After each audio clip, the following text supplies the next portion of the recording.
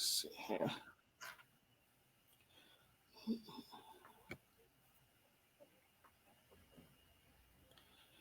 Give me just a second. Let me make sure we live.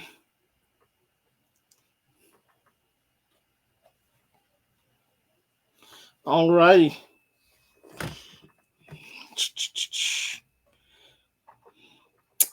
Good what's this afternoon? Good afternoon, everybody. My name is Roosevelt Russell. I'm with the Small Business Network podcast. This is podcast number, I want to say 274. Yeah, we are really rocking and rolling. Today we have Miss Betina Marie Thomas, and we really gonna get into some things here that she wants to share with us and kind of show us what's going on, answer some questions, different things like that. You guys are really going to enjoy this podcast today. First of all, to get us started, go ahead and introduce yourself. Sure. So I am Betina Thomas. I am a resident of Charlotte, North Carolina, and I identify as what is called a teacherpreneur. So I am a full-time teacher and also an entrepreneur, and I'm looking to combine those and see where it goes. All righty. Entrepreneurship is something that's great, and especially for our audience here at the Small Business Network. What is the name of your business? Can you break that down for us? Sure. So I originally named it Opulent Indigo, and opulent means like luxurious in the highest form. And indigo is just something that I really like. I love indigo blue. So I tried to combine those. However, the name is going to change because I have been reading books on businesses that last and businesses that get funded and like the proper NACES codes. And so now that I know that, it will be renamed. So that's where I started, but that won't be where it ends. All righty. Definitely a great name, but once you get understanding and direction and where you're going, that kind of puts you in a position, kind of where you want to be. How long have you been in business? Actually, it hasn't been that long. All of this started in April. April. Yeah, I started with one thing in November, which was a thrift store on Poshmark. But like to really expand and like to put more products on the shelves and really just live out my dreams and share my passion projects, all of that really started in April. So between November to April, but in April it kicked into high gear. Okay. Oh man, sounds like you rocking and rolling to me. Yes. Tell me, tell the audience and everybody that's listening, what services do you provide? Like, tell us a little bit about exactly how the Poshmark or what exactly you're doing and how it works. So I began with just women's fashion. Poshmark started with me selling the things I had in my own closet that I wasn't wearing. I would shop and shop and shop, but being that I was a workaholic, a lot of these things were not really ever seeing the light of day. They were just collecting. And so I started to sell things that I had not worn. Some new, some I had worn once, but if I had a feeling that it wasn't really going to work long term from where I was going in the rooms I wanted to be in, I put it up for sale, and that started going really well. Then I started thinking about what do I really want to do, and sharing myself and my lessons and what I've learned. I thought about, I think I'd want to be a writer. I always wanted to write. I've loved writing. So I've published books. And also there's an Etsy store with different items that I find inspirational that make my day better. So right now it's only passion projects, but I have decided as an entrepreneur that I have got to choose and seek out things that yield a higher return. So passion projects alone won't be enough at this point. So I'm continuing to expand. So each month, each year, I'm seeing new things from myself that I could have not possibly envisioned a year ago. That is great. It's a must to have vision, Mm-hmm. So it's definitely great that you have vision in front of you like that to understand the different things that you're wanting to do, and at such a fast pace. And that's, Mhm. that's key to it, because really getting an understanding of business right off is key to being successful. And having that consistent thing going is going to get you where you're trying to go. Mhm. um, I'm gonna combine these next two. Tell me, let's first we're gonna go into your short term goal, and then after you do that, tell me what you looking at doing long term with everything that you have going on. Well, my short term goals are to find the proper name and to secure business funding so that I can build business credit. And then once I've done that, I plan to begin scaling. And I want to build something that I can sell, or either I can automate it to the point where it's organized like a Walmart or a McDonald's or a Chick-fil-A, and it can run on its own without my everyday involvement. So I'm building something that I want to scale or sell to the point that I'm no longer having to put my hands on it. Definitely, that sounds like a game plan to me.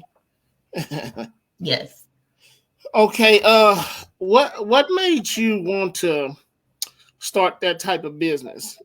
Just like what came to you one day and made you say, "Hey, this is what I want to do." So whenever I'm praying, I'm always asking God to give me his best. Don't let anything pass me by. I want to have the best life I possibly can, and I want to share that with others. So I began going to workshops. There's tons and tons of free workshops here in Charlotte. Even some of the ones that don't cost much, and you learn so much at these workshops.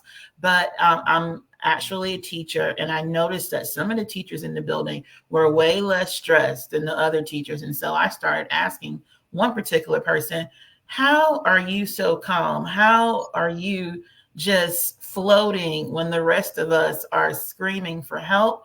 And she said, I run a business, I'm an entrepreneur, and I live off of that money. And I'm here at this job saving all of my paychecks. And when I save $500,000, that will be my last day. But I'm just here saving all of my money. I don't spend this paycheck. So there is nothing that can happen in this building that could stress me out.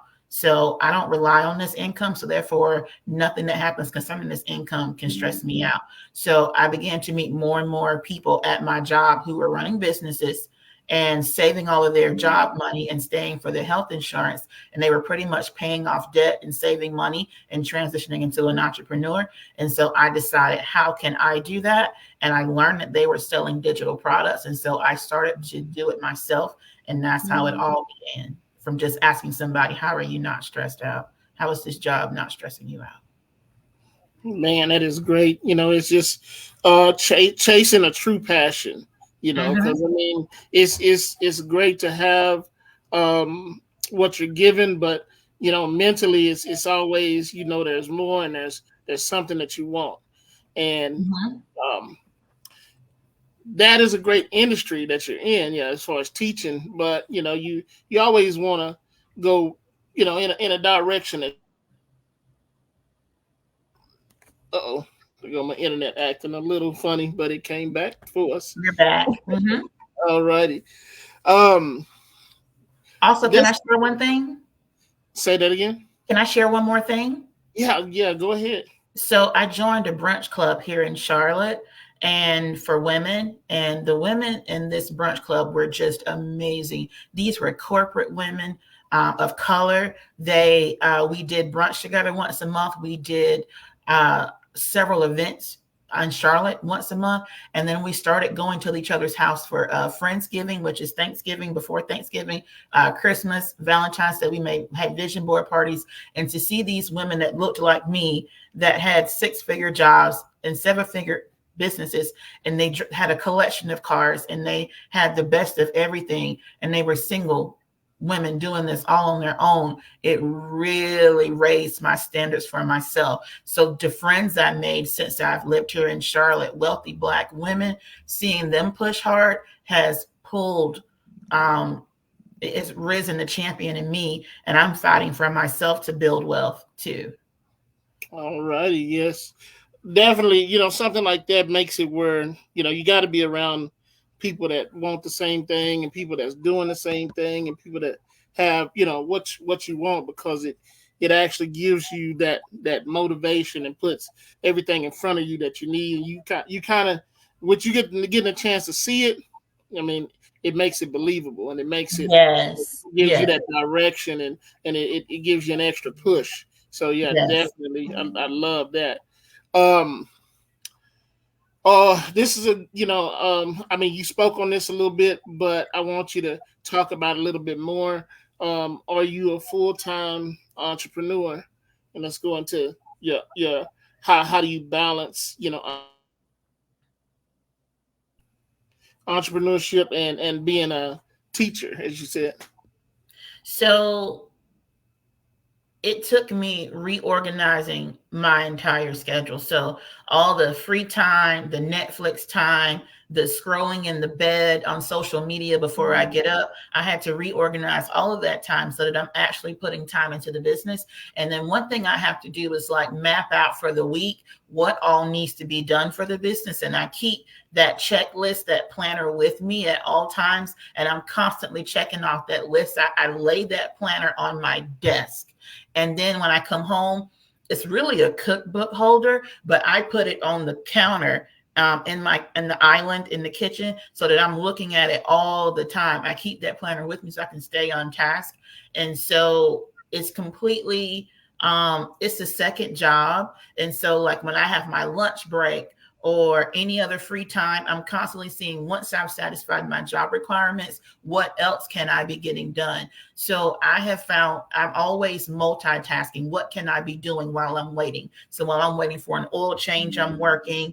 If I'm at a restaurant and I do go out to eat by myself. So while I'm waiting for the food, I'm working. And just any point in time, like I don't leave school right after school is over. So I like when the building's empty, before I go home, I try to see what can I get done before I leave here. So I'm going to go ahead and set my classroom up for the rest of this week and for the rest of next week so that I can make all of my copies, do all of my cutting, my laminating. So I'm going to go ahead and get a head start on teaching so that my classroom is set up so I have more time for entrepreneurship. So I'm kind of like thinking, what can I take off my future plate? What has to be done next week that I can do to now so that I can be ready? Let me iron all my clothes and accessorize my outfits for next week. Let me get everything that I possibly can done. Even when I go to the hair salon, I take my laptop because I know I'm going to be under the dryer and that'll be time I can work. That sounds like you got your plan together, for one. For two, I love the accountability. Holding yourself accountable, getting the things done to put yourself where you want to be in the future. Mm-hmm. That's key to it, and that's going to get you. I mean, they're actually even way faster than normal. Mm-hmm. Um, we was we were speaking on, and as I came in, I mentioned the Small Business Network. Um, Tell me, what excites you about the Small Business Network? Because we know that you are a part of the team, and you know a little bit about the Small Business Network. Can you tell me a little bit about that? So I found the Small Business Network found me. I didn't find them. And the Small Business Network found me because I went to a workshop and I started working with someone I met in a workshop just to collaborate. And that person knew Sean, who was in the Small Business Network. And so when I linked with Sean as a Facebook friend, I was introduced to the Small Business Network. They reached out to me. So just going to a workshop to learn more led to me being here. But this is like I was working pretty much in the dark, such as I'm just posting things online and I'm going to run ads to sell them. I was doing no self promotion. I was doing no videos, no lives, no nothing. I didn't post anything on social media. So the Small Business Network has been encouraging me that visibility is key to building your brand, because I really felt like if I'm just going to be in cyberspace, I can be anonymous. And although that is one way to do it, it's a very skilled way to do it. And it requires a lot of effort and time to sell anonymously. So just giving me the courage to actually show my face and say, hi, I'm Tina. This is what I can do. Here's how I can help. That's what came from the Small Business Network, because I would have never done this on my own. This is not me. Yeah, all righty. Definitely reaching out and helping any and everybody that needs to help, because it's there and it needs to be done. And of course, we all love our business. Mm-hmm. Um, there's one more question that I'm gonna ask you before we get out of here, and this one is one that I wanted you to touch on a little bit, because we were speaking earlier and you knew a little bit about this. What business coach or mentors are you using to grow and scale your business that you have now? I started doing this all on my own. And although I've done a lot on my own, I can see where a business coach would be extremely helpful, because when you're doing this all on your own, you don't know what you don't know. And it can take many, many cycles of submission before you can finally get something approved. And then once it gets approved, you don't know the parameters on which you can operate now that you have this approval. So I think of the example of Venus and Serena's father taking many, many years, from their small years as girls to teens, reading books on tennis and teaching them how to play tennis, versus if he would have just hired a coach to teach them. So he could have had so much more time for himself. And although they became the greatest almost to ever play the sport, it took so much time. And so that's where I am. I am reading books. I am watching YouTube videos. I am going to workshop. I'm trying to find the cheapest, easiest, free ways to do it. There are some benefits to that, because when I see people selling trainings and selling programs, I have already learned how to do that. So I can easily decide if it's worth the money or not. And then also when they're telling me that you can create this or create that, I have a pretty good idea if you can or if you can't. However, there's a legal side to everything. There's the fine print for the website that you're using. And so there's so many things that you don't know. So now that from November to now has been over 6 months since I even started any of this, and I can see a need for a business coach. So here's how I'm operating. In addition to the YouTube videos, the books and the workshops that I'm going to, I've also asked friends who are successful in business, what mentors and coaches are you using? So when I'm interviewing these people, they're telling me what the requirements are for them to work with me, like how much money I have to make, not how much money I have. I have to have made this much money in business that I can prove on paper before they will work with me. Also, I have contacted business coaches on my own to interview them to see if I thought they'd be a good fit for me that I'd be willing to pay for. And so during the interview, they're giving me tips and suggestions on how I can scale enough so that I can make the money to come back, and then they can work with me. So hiring a business coach is not like going online and clicking, okay, I'm going to sign up for your services. In some cases, it is that easy. But when you want to scale into millions, they will not take you until you've made $250,000, $500,000. And so just finding that out, that they won't just take me if I'm willing to pay, was staggering to me. I really thought that, money was the answer. If you can pay, you can have it. You cannot have it. You have to prove yourself as worthy to be one of their clients. So currently I don't have a business coach, but I also decided for some of the prices that they were charging, I could just get an MBA, which is what I'm doing now. That'll work. Sounds like you got your plan in place, and that is key to everything. So yeah. Well, glad to have you on here this afternoon. It's a little bit. I usually do podcasts in the evening, so this was a little different, but I really enjoyed it.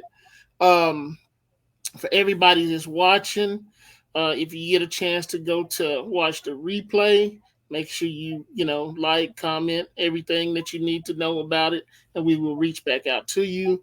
If you're interested or you have questions about the Small Business Network, do not hesitate to reach out to us and let us know. We are involved in radio and TV also. So there's a lot more to the Small Business Network, and we're constantly growing. But hey, guys, you guys have a great day. Enjoy the rest of your evening. Until next time.